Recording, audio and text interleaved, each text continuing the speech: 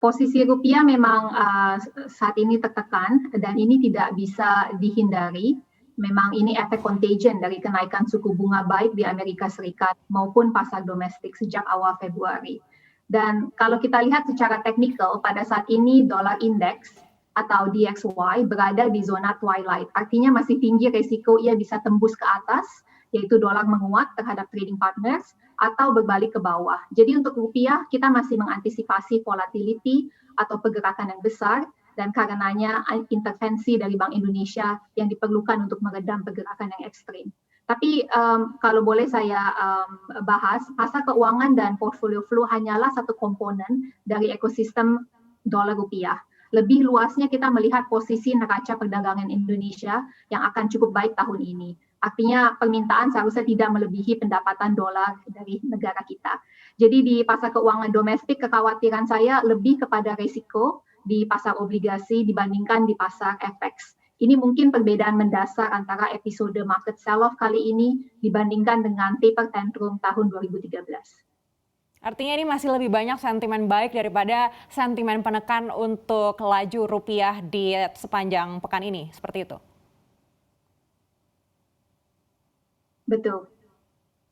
Baik, Bu Jennifer, ini kalau kita kembalikan ke US Treasury, ini Anda lihat seperti apa kemungkinan naik turunnya? Karena kalau mengingat dari stimulus fiskal Amerika Serikat ini kan juga sudah semakin dekat dengan penandatanganan begitu.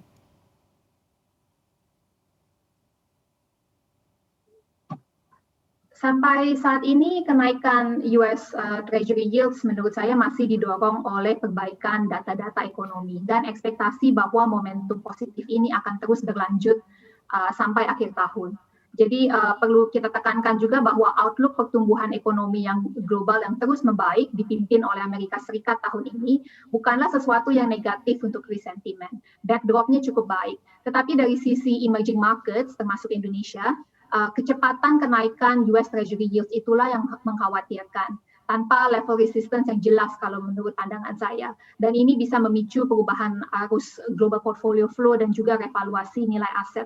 Untuk ilustrasi, dalam 5 bulan terakhir tahun 2020, US Treasury yields yang 10 tahun itu setiap bulannya naik sekitar 8 basis point. Tetapi tahun ini setiap bulannya naik 30 basis point. Jadi ada perubahan yang sangat signifikan ya antara tahun lalu dan tahun ini. Jadi kedepannya ini yang menjadi source of risk yang paling signifikan, terutama untuk pasar domestik kita. Artinya apabila penandatanganan stimulus fiskal senilai 1,9 triliun dolar Amerika Serikat ini dilakukan di pekan depan, lalu seperti apa ini akan mempengaruhi pergerakan harga yield US Treasury di pekan depan? Ujung-ujungnya menurut saya adalah ekspektasi dari inflasi di Amerika Serikat. Apakah dia akan terus tumbuh dengan cepat atau dia mulai konsolidasi. Dan untuk membicarakan inflasi, menurut saya kita harus membedakan antara inflasi yang sifatnya sementara dengan yang berkelanjutan. Inflasi sementara di Amerika Serikat pasti akan meningkat. Adanya perbaikan demand atau konsumsi masyarakat Amerika Serikat, kemungkinan ada supply bottleneck di sana, sementara harga komoditas terus meningkat, dan juga arahan kebijakan fiskal dan moneter yang sangat stimulatif.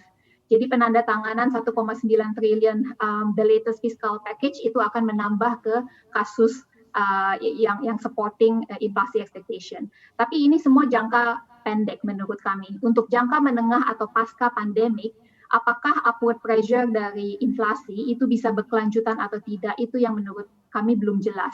Bahkan pandangan US Fed selama ini juga mereka belum melihat kepastian bahwa inflasi akan bisa tembus dan diam di level 2-3% untuk beberapa tahun ke depan. Inilah yang ditargetkan oleh US Fed. Jadi perlu kita bedakan antara yang sementara dengan yang berkelanjutan.